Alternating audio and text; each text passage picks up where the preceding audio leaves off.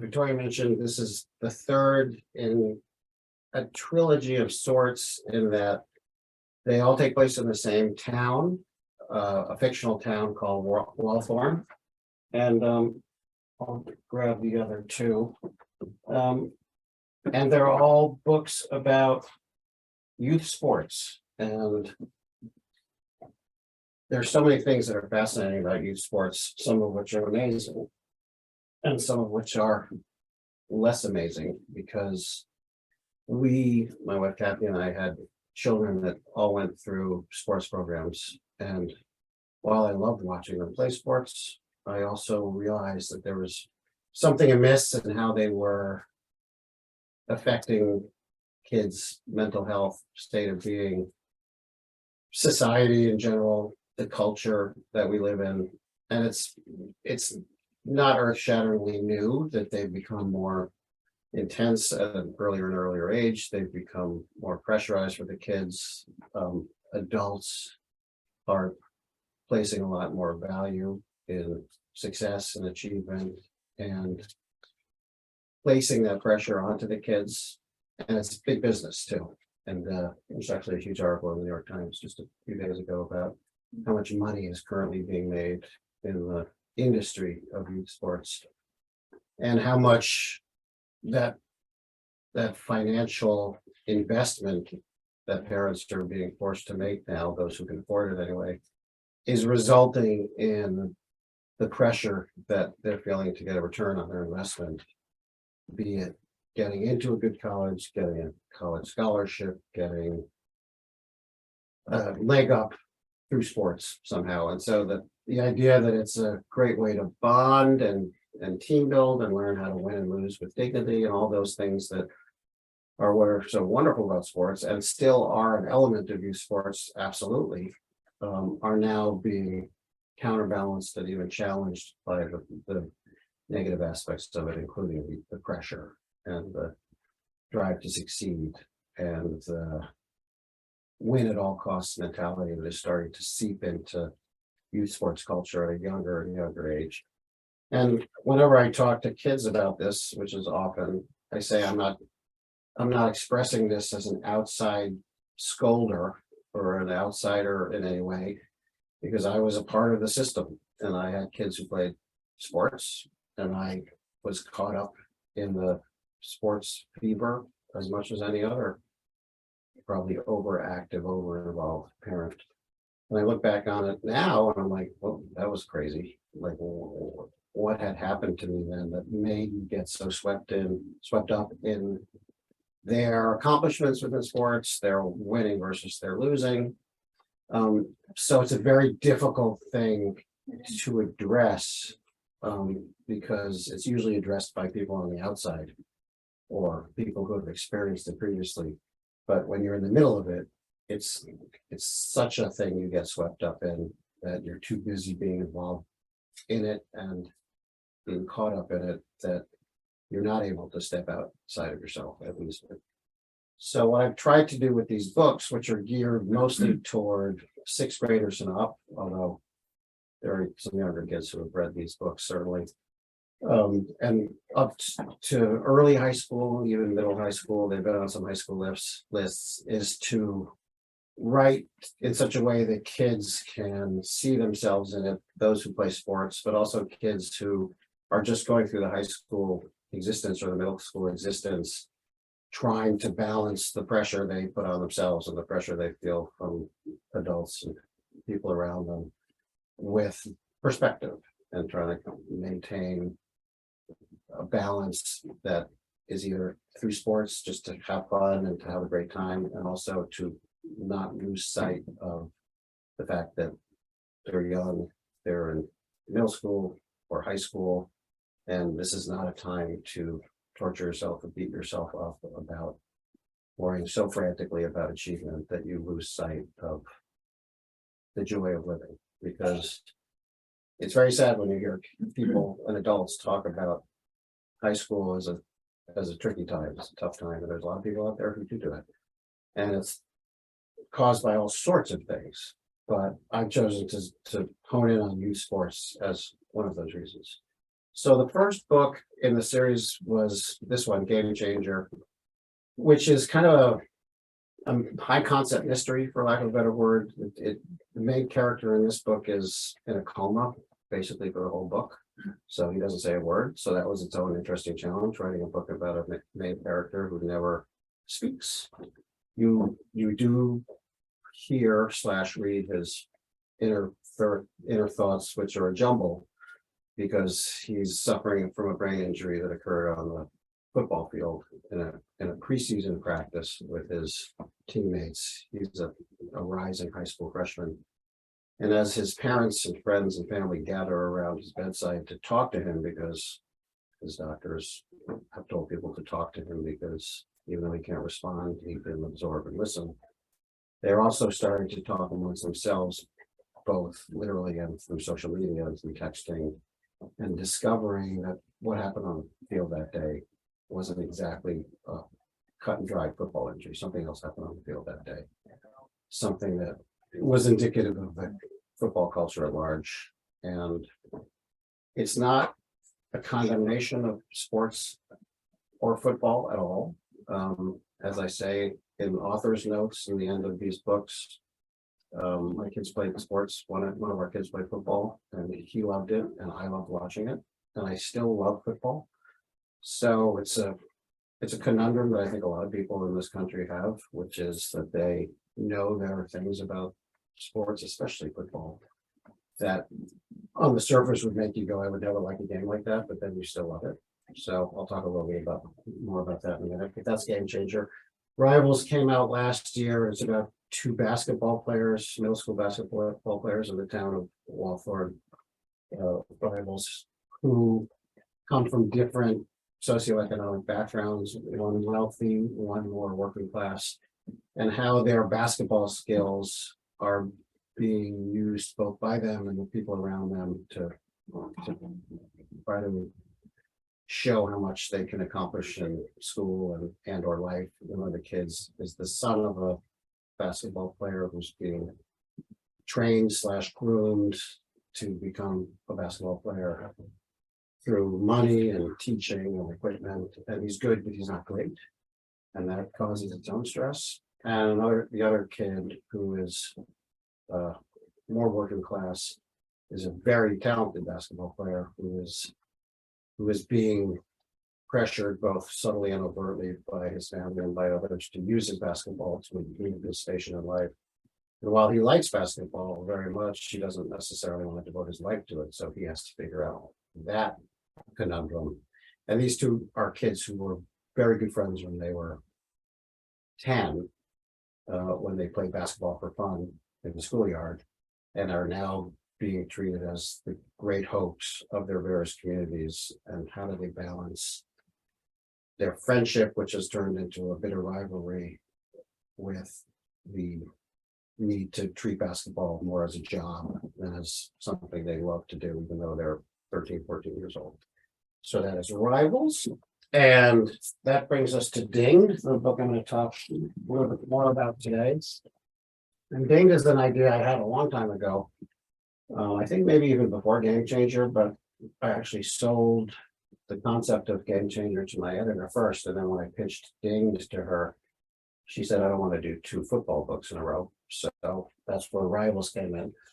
But I'm grateful that she ultimately allowed me to write this book, because I found it perhaps the most interesting topic / metaphor for the game of football of the various stories. And it's a quite simple story.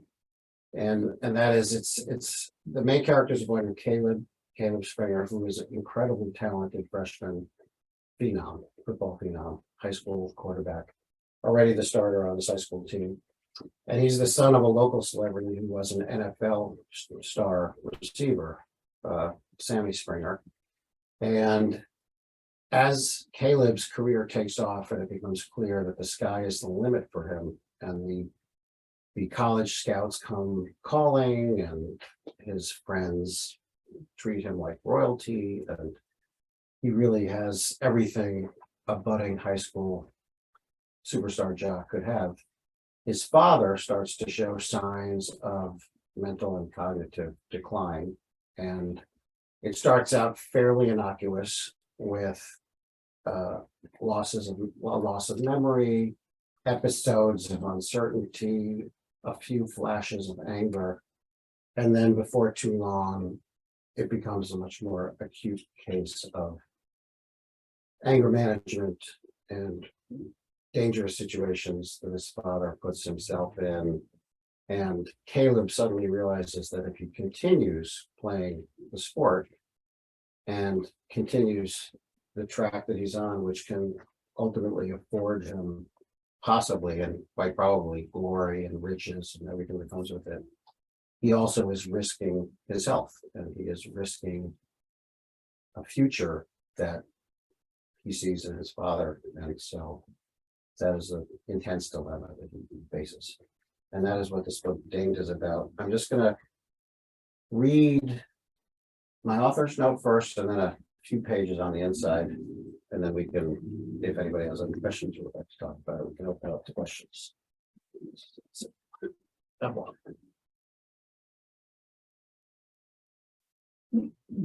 As I mentioned, I do have author's notes in all my books, kind of that were written at the encouragement of the editor, and they're at the end of the books, but I'm going to read this one anyway, because she thought that it would be interesting for the readers, most of whom are young, of course, to kind of hear that these books came out of personal experience, and that they're hopefully very even-handed about sports. I hope that all of them show as much what is great about youth sports, if treated properly and handled properly, as what is worrying about what they become. So the author's note in Dinged. When I started working on Game Changer, my previous Hawthorne football novel, some 5 years ago, I wanted to write a book that people assumed was about concussions, brain injuries, and the dangers of playing football. Only after finishing the story would readers discover it was really about the culture of the game, off the field as much as on. But with Dinged, I felt it was time to directly approach the helmeted elephant in the room. The fact that so many Americans, including myself, continue to enjoy and support a popular form of American entertainment. In fact, perhaps the most popular form of American entertainment, that so obviously has very real and sometimes life-threatening risks for its participants of all ages. Readers may know that my youngest son, Jack, played football through high school. With him, I knew the danger that existed, but my wife and I did some parental calculations and decided that his love of the game, and frankly, my love of watching him, outweighed the risk of him suffering serious injury. Luckily, we were right. Then for a minute there, it looked like he might play in college, which would have meant a whole new set of calculations with perhaps a different outcome. It turned out that we did not have to make that decision, but it got me thinking, how do parents and families deal with such a dilemma? Especially if the child does not just love the game, but has a rare talent for it.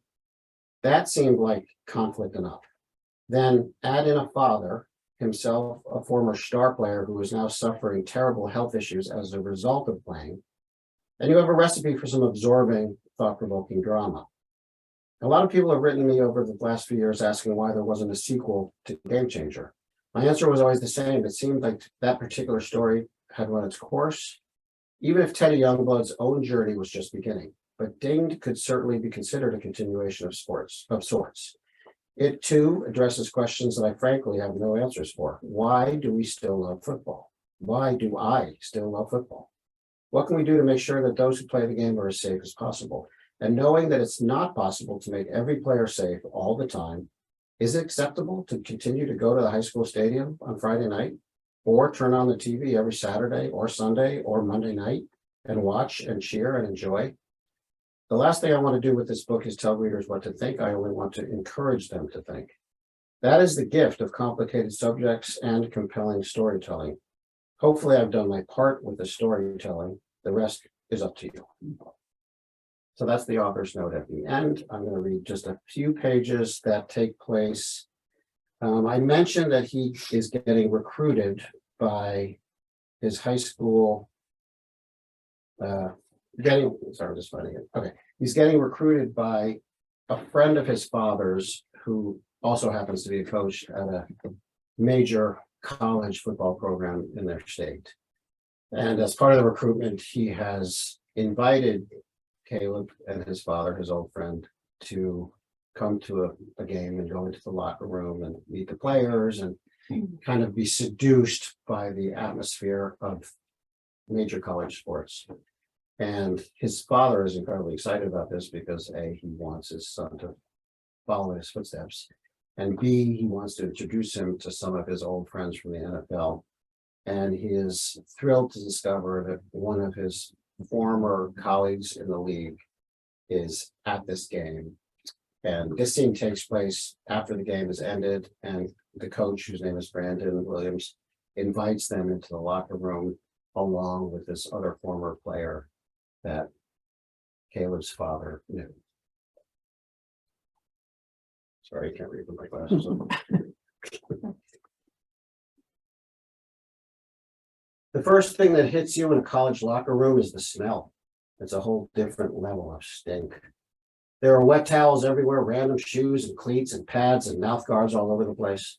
Soaked through, filthy t-shirts lining the floor, and the air is thick with steam and sweat and men's cologne or aftershave or whatever it is. All things considered, it has to be pretty close to the most disgusting place on earth. And it's awesome. My mom wants no part of it, of course. She's waiting outside in the tunnel that leads to the VIP parking lot where our car is. When my dad and I first walk into the locker room, no one pays any attention to us. And I realize that a lot of these college players have no idea who my dad is. He played a long time ago. He wasn't that big a star, and he could be just another one of those rich guys who give a lot of money to the program just so he can pretend to know the players. So we're in the middle of the grossness, trying to avoid discarded jock straps, when a loud voice behind us booms, "There you all are. Welcome to the party." My dad and I turn around to see Brandon Williams heading for us. He's even bigger than I remembered. "Great win, coach," I tell him. "Incredible." "Lots of things to work on, to be honest," Coach Williams says, "but we'll get there. We got some horses on this team." He throws his arm around my dad's shoulders. "So what do you say, Dinger? Can you see your boy running around this place someday, making things happen?" My dad beams. "Oh man, it would be a great fit." Coach Williams puts one of his giant paws on my shoulder. "Caleb, you want to meet Russell, the QB?" "That's the one." "Yeah, sure." We head over to a corner of the locker room where Russell Mangrove is talking to a bunch of people with cameras and phones that they're using as tape recorders. They're shouting questions at him, and he's answering each one, quietly, patiently, with a smile, like he's been doing it for 1,000 years. Coach Williams catches his eye, and Russell tells the reporters, "Give me a minute, guys and gals, would you please?" The crowd parts as he slides toward us. He slithers more than walks, kind of like a slow-motion snake. It's like he knows he can take his time because people will wait for him. It takes him 10 seconds to cover the 3 feet between him and us. Hard to believe that an hour ago he was running all over Auburn, destroying them with his feet and arm. He looks down at me. "Who's this?" "Better watch out," Coach Williams says. "This kid's coming for your job." Russell chuckles. "Nice, a QB. What's your name, bro?" "Caleb. Caleb Springer." "Where you play?" "Wallthorn High." "Where's that?" "About 4 hours from here." "Sweet." Russell nods. "Well, all I know is that Coach Dubs here isn't all that big on bringing high school kids into the locker room, so you must have something nice going on. Keep it up. We'd love to see you here at the Blue House." "The what?" Coach Williams laughs. "That's what we call the stadium." "You played great," I tell Russell. "Thanks, man." He does a few slow stretches and winces. "Nothing too bad today, still standing." "That's a win in my book, baby. All you can ask for." He glances back at the crowd of people still standing around his locker. "Well, let me go get this over with. These people are like lions in the zoo, man. They won't leave you alone until they've been fed." Russell gives me a fist bump. "Work hard, bro. Nothing more to say than that. If you got the talent, that's the only thing left, the work." It takes him another 10 seconds to walk the 3 feet back. I look at Coach Williams. Does he walk so slowly because it looks cool or because it hurts to move? "Both," says the coach. "Thunder! Thunder!" I can hear my dad's voice from across the room as Coach Williams introduces me to some other players, a few coaches, and one of the team's student managers, a girl named Stacy. "She's forgotten more about football than you'll ever know," Coach tells me when he introduces us. Everyone is incredibly friendly. They're all in a great mood because the team won big, of course. But I can also tell they're being super nice because when Coach Williams brings someone around, it's for one reason and one reason only: to make that someone fall in love with state football. It's totally working on me. I'm just finishing talking to the quarterback's coach when my dad's voice booms again. Thunder, come meet my kid. They're heading toward me. I notice all the players stop what they're doing and watch. They didn't know who my dad was, but they certainly know who Jimmy Thunder Lewis is. Thunder seems to be walking okay, but his hands are shaking. This the kid? Thunder says when he reaches me. Gotta be, he looks just like you. My dad looks as proud as I've ever seen him. Caleb, I want you to meet one of the greatest players ever, one of the toughest football players ever, a Hall of Famer, James Thunder Lewis. Jimmy, this is my son, Caleb. Jimmy raises his hand and I shake it. He's a big man, but his grip is weak. What did you say your name was again, son? Caleb. All right. You running back? Quarterback. Good for you. Thunder looks over at my dad. Just like his old man, is that right? My dad clears his throat. Actually, Thunder, I played wideout for the Jets. Remember, we had that one season together in the league? Greatest honor of my life being on the same field as you. Thunder scratches his head. Oh, yeah, brother. Sure. What did you say your name was again? No one seems to know who he's asking, so I decided it's me. Oh, sorry. It's Caleb. Caleb, right. He squints over at my dad. This is your pop? What's his name, then? My dad shifts uncomfortably on his feet. Thunder, buddy. It's me, Sammy. Dinger. We've been talking about the old times. It's so good to see you, man. Thunder's eyes flicker with recognition. Oh, yeah, brother. So good to see you, too. He laughs, a tired laugh, and winks at me. These days, I call most men brother and most women sister. Just easier, you know what I mean? I sure do, Mr. Lewis. He pretends to be mad. Hey, now, you call me Thunder. For the first time, I notice a young woman standing a few feet away, and I realize she's watching Thunder closely. She slides past a few people until she's next to him. Dad, you getting tired? She asks him softly. We should go. It's been a long day. Oh, yeah, honey, Thunder says. It has. It's been a long day. It's been a real long day, but a good day, right? A great day. We going to the game then? Thunder's daughter seems completely unfazed by this question.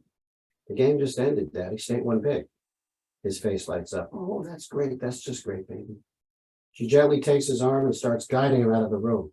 Brandon runs interference for them, protecting their path like an offensive lineman. We're honored you came out today, Thunder, Brandon says. The boys on the team are never going to forget it.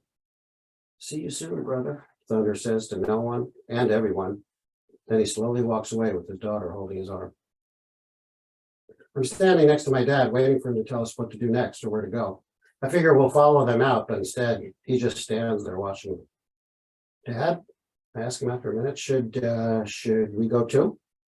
Yeah, he says, still looking straight ahead. Let's go find Mom. We say goodbye to a few people and leave the locker room. Outside, we look for Coach Williams, but he's not around. My mom is waiting by the exit, and when she sees us, she comes running over. How was it? She asks excitedly. Was it awesome? Did you meet some of the players? It was cool, I say. I met the quarterback. He seems really nice. He told me to keep working hard. I'm trying to sound enthusiastic, but my mom can tell there's something off about my voice. She turns to my dad. Everything okay? But he doesn't answer. He just gives her one of his grunts. That means, I don't want to talk about it. My mom gets the message. We head out to the VIP parking lot. It's not very big, but we still can't find the car. We were supposed to take pictures of where we parked, my dad says to my mom. Damn it, honey, I told you that like 5 times. I forgot, she says. I hate it when you forget things, my dad says. My mom finds the car 2 minutes later. My dad looks at her with nothing but love in his eyes. I don't know what I'd do without you, he says. That is my excerpt. That is my story about Dinged. And that is my presentation. Unless everybody has any questions. Does anybody have any questions? I'm all ears if you'd like to ask. How'd you capture the in-locker room and conversation that well? I don't know. I mean, I've never been in a football locker room, so thank you for saying that, Alan. Mm-hmm. I don't know. I've watched a lot of locker room interviews, but and I've picked my son Jack up from high school practice when he still smells like a locker room. So I guess that's as close as I've gotten. But I've never met a professional football player. So I'm making all that stuff up, basically. Great. Thank you. Thanks.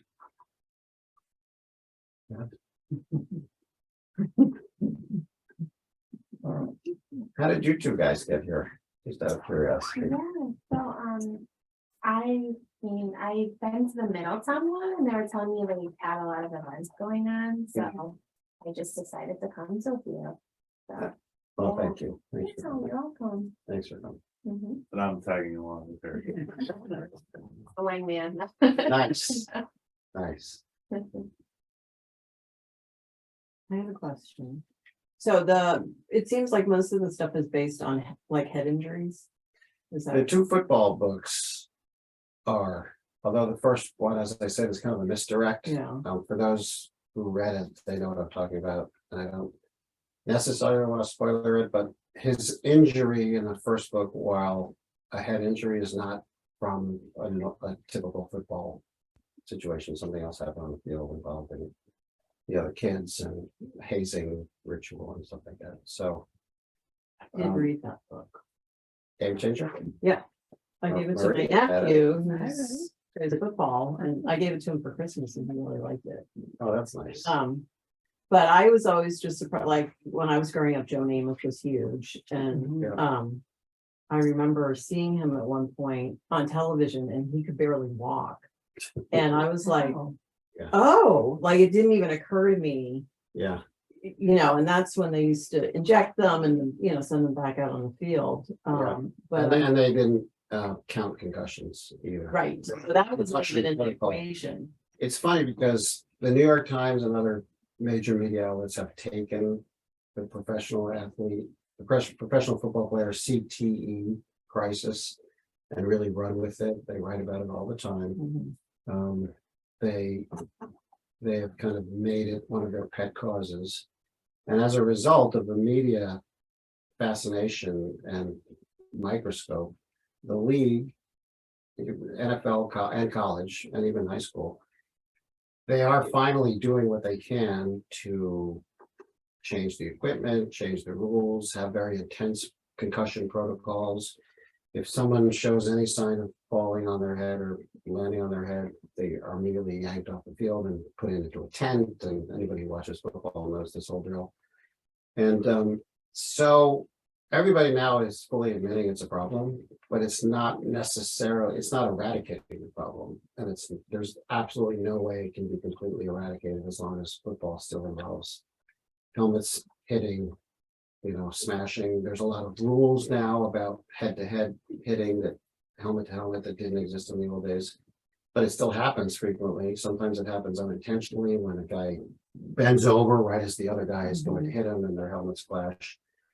And so there are studies that are saying there are fewer concussions now in everything from college and pros down to high school, but there are still great numbers of them, certainly. And Joe Namath himself is a funny one because he is still a huge celebrity. He's still in media, but he's had several interviews over the years where he's kind of talked nonsensically, and sometimes it's been excused as drinking and alcohol, and that's probably had something to do with it, but a lot of people are not convinced that that's the only thing that caused some of his odd rambling interviews. Yeah, and if you watch TV now, he's hawking something on TV. I'm Yeah. not quite sure what. Social Security, Yeah. Social Security. insurance.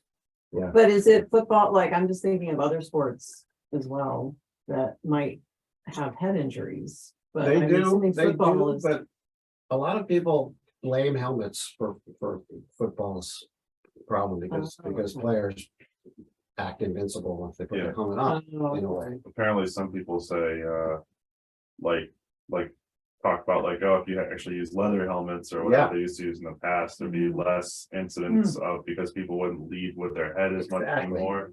They wouldn't feel Yeah, that invincibility. a lot of people call it helmets missiles in Yeah. football. They treat them like PCP missiles, and they, oh, in the old days especially, they would lead with their heads all the time before it was outlawed, and now they're trained not to, but instinct takes over sometimes. I got at We least- played, right? In high school. I got at least 2 concussions while I played in high school, so Don't you? Yeah, I was held out for a few days.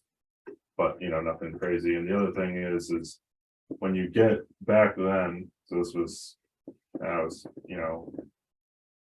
almost 20 years ago for me at this point. Yeah. But back then, even then, when it happened, that's when the first people started getting aware of it or more. But even then, when you would say like, I don't feel right, or this something's not right, like it would just be like, but you're still, not that it doesn't look like you're hurt. Yeah, Right. right. It's funny. It's funny. What's your name?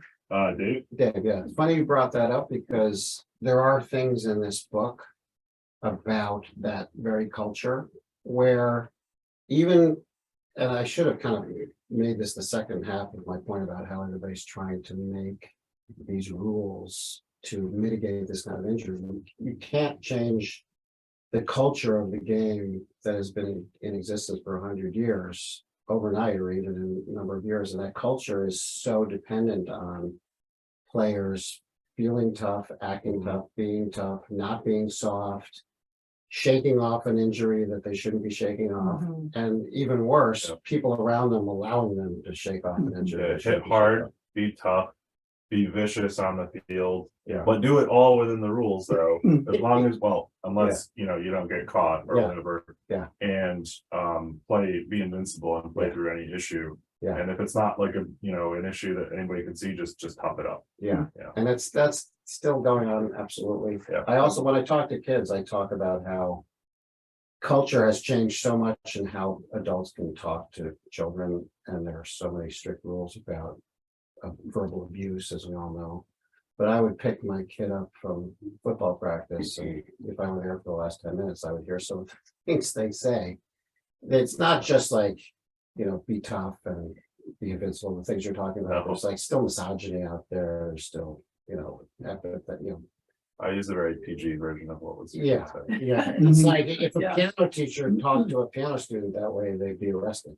If a teacher, in any other walk of life, it would be completely verboten to talk to kids the way they're talking about it. But it's expected and accepted, and it's still a part of the culture.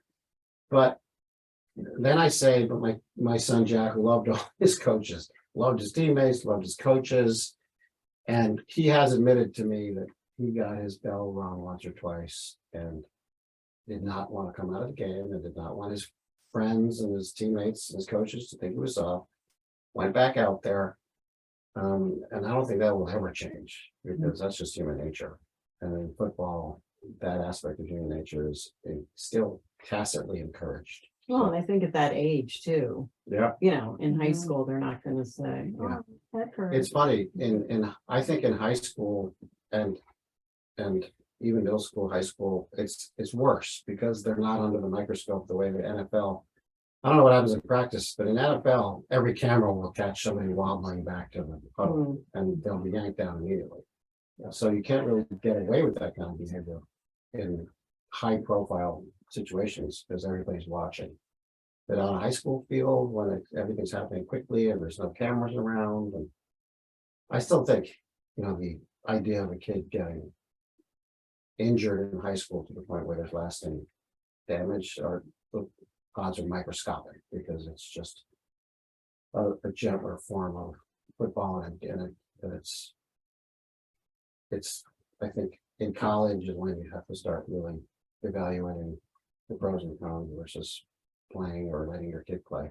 I do think it's interesting though, in your other story, you alluded to the hazing Yeah, aspect. Yeah. And I actually saw kids get hurt because of hazing almost as frequently as I saw Hmm. on the field. I saw somebody take one of those big dummies that we use for blocking dummies, throw it at the back of some kid's head Mm. and hit it That's like a horrifying, spear, really. yeah. Is it? Yeah, and he had to be taken to the hospital. Oh, my God. So, yeah, you see some terrible things like that. Yeah. Wow. yeah, they this just- is, Everybody feels invincible, and it kind of also, from a negative aspect, can empower people that are already true. bullies or whatever. True. And in college, they're now letting players get sponsorships, individual sponsorships. Yes, yeah, So the stakes are even higher. absolutely. Yeah, they can't make money from playing, but they can make money from their likeness. Mhm. and their- So if they're off the field, it's gonna change their dollar value. Absolutely, exactly. Yeah, so then they're really not gonna say, Right. Yeah, I. yeah, there's right, I didn't monetary think about value for that them. part of it. Yeah, monetary value. Mhm. There was a big big story about a couple of kids getting arrested for a horrible hazing thing down wrong in high school. Because when I first pitched that story, my editor was a little skeptical that this kind of hazing went on at the high school level. But then all I had to do was like send her 7 articles. She was like, okay. What it cost you to get those kids to haze. It was well worth it. Oh. Dave, where did you go to high school? Rocky Hill High. So very, when I was there, young program, not a very good program. As soon as I left, they're like, they go to like the highest, they go to like the championship in their level or whatever. Yeah. And they've been pretty consistent. They were pretty good when I was in college after that point. Mhm. And I think they've been a little up and down, but they've definitely been better. But we were like, I was like on the 3rd or 4th year of the team and being in existence. It's soccer town, Yeah. you know, Oh, yeah, that's right. big soccer town. But Yeah. a lot of success in soccer. So football that was a different kind of thing where, you know, there was a big rivalry where the soccer coach thought that, you know, the football coach was poaching the players. You know, like all these kids would have been playing soccer. You Yeah. know, and Also. it was Yeah. God. This is what lacrosse too, because yeah, and that's rising in popularity. and I wrote a book. I'm writing a series now for younger kids. And one of the stories is about how kids are being told to specialize in a single sport. Right, rather than Ever playing younger, sports, yeah. like 10 years You old. see it every day. It's absurd. Yeah, they're told to give up every other sport but Yeah, X at 10. yeah. Because That's unbelievable. Which was not the way it used to be. No. They did. That's happening with football and lacrosse a lot now, like a lot of great. They make them pick, yeah. So I think so many of these kids end up being professional lacrosse, soccer, football. Not a lot, but a lot of them go on to get into a better college because they're in lacrosse. And Yeah. like all the- Yeah, that's true. All the That's parents true. care about. Yeah. The parents are looking at them at Yeah. 10 years old and saying, Yep. if I can convince my kid to give up every other sport except lacrosse and just play lacrosse for 20 months, 10 months a year, Yeah, by the time he's 16, he'll be so good that Middlebury will come calling. Yeah, You'll it's- get- They work the- That's how it works. yeah. Oh So- my God, it happens. Does it happen in Madison area? Oh my God. Oh, they are? Yeah. My daughter played volleyball and basketball, but, you know, so it's the girls' side of it, but I just remember when she started playing, I don't know, it was like town something, and somebody came up to me and said, oh, you know, the travel coach is gonna be looking at her, and my husband and I, you know, it's like my husband grew up in the Depression, and he's like, you know, 50. Hey, or we're both like, what, you know, and I go, we learned from our other friends, because we had our kid later on, like, I go, I am not driving more than like 10 miles away. I know, to it's go really to crazy. It's anything. ridiculous. It So is. they start this whole travel team thing, and so we did it the first year, and we're like driving to Milford in Mhm. a snowstorm, and I go, why are we doing this? They suck. I mean, like, we're sitting and watching these 11-year-old girls who are terrible. Why are we doing this? It's so stupid. But then what's the alternative? You know, like, she liked playing basketball, Yeah. and so we were like, you know, we'll just start our own little league where you just play for fun. Team, they had a really good team with basketball. Yeah, so she played, like, she liked it, and then she started playing volleyball and she liked that more. And, you know, volleyball goes into basketball, and she was like, it's really a time sucker. And so I And a can't, money sucker. and it's a money sucker. Maria, you had a son who played football at hand, right? Yeah. What was that culture like as a mother and watching them? I mean, he loved it when he was little, for Mhm. sure. It was good for him. And then he actually stopped. He played freshman year, but it got to be too much. His dad was just way too involved too, so he didn't play. His dad was- Sophomore, junior, then they had a new coach, and it was his culinary cooking teacher, and he kind of recruited him and seen him in the gym. Like, Charlie, you should, give it a go. He liked it, but the concussion stuff was scary, because there were a couple times they played this team Shelton, and they're really tough. And he did get a concussion, at the game, but he wouldn't come out, and the You're kidding. coach finally took him out, Oh yeah. my God, I mean, it really is nuts. Oh, yeah. When you stop. And he think came about home it. that night, and he kind of looked at me, I'm like, what's going on? He goes, Mom, I think I got a concussion. Wait, the coach did take him out? He did take him out, Yeah. yeah. But But he Charlie, himself was like, he didn't want to be taken out. Mhm, right, I had the experience with Jack and Will Johnson. Mindy's yeah, Will, yeah, where Jack talks about this openly, where he got his bell rung at a practice or something. I don't think we were there. And Will, you know, I love Will, but he was caught up in the football thing. He was like, you're okay, you're okay. Mm. Don't Yeah. get back in there. You know, you can't come out now. well, that's what he's trained to do, right? That's what they tell the They're all- kids to do, yeah, yeah. They actually don't necessarily tell them to do that anymore, but they do it anyway, because Yeah, they see it Well, on it'd be really TV. interesting. they see it on TV and that's how it's on now. To hear Charlie, I wish he was here, to hear him talk about it now, looking back on it, you know, even just 1 year. What does he say? Well, I'd be interested to hear him say, Yeah. like, you know, I'm gonna read this, but I do remember because You the wanna come coach up had, and down here real quick? the coach has a daughter, and she's like 8 or 9 years old. But Charlie would say, I said something about practice, it's like, oh, the coach's daughter came, so he went really light on us and he started yelling at us, but like to the point where he actually really liked it, you know, he liked Oh, the that's kind of interesting. bad That he would talk, do but that he in said, front of yeah, his he won't go rough on us, he won't say, Hmm. you know, call It us depends idiots. on the kid, you know, Jack was, thought it was fun with it. Oh, Charlie loved it. But- She's saying the coach didn't even want to be No, I like that know, in front but of his so own. she's also saying Charlie missed the crazy talk. Yeah, he liked it, Oh, he liked it. And Jack was kind of like that too, but Charlie, who was a different kind of kid, would come home from soccer practice and go, my coach is insane. But some kids feel empowered by being part of that, Exactly. you know, Yeah. but for me, I was on a losing team. So, well, like when you're Not as winning fun, and it yeah. feels good. Yeah, you get. And you're part of it, you swept up kind in of get like that, Yeah, that you get swept up in it. Yeah. And you know, that helps everything, obviously, yeah, it but helps everything. you know, But we have just accepted it, right? I've Oh, walked. yeah, by- getting the coach to come spit in your face. Oh my Kind of God, like a I've big walked by deal. practices, and I'm like, how can this be happening? Yeah, no, But but I'm the like, boys but were- it is what it is, and everybody accepts it, but I literally, whenever I walk by practice and I hear the coach, I think, how can this be okay? Because you hear what they say. Yeah, true.